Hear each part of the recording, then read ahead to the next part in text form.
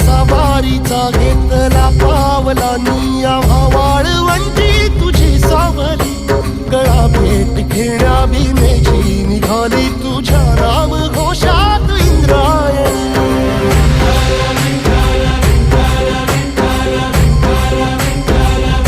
भिडे आसमंती ध्वजा वैष्णवांची उभी पंढरी आज नानावली तुझे नाव ओठी तुझे रूप ध्यानी जीवाला तुझी आस गा लागली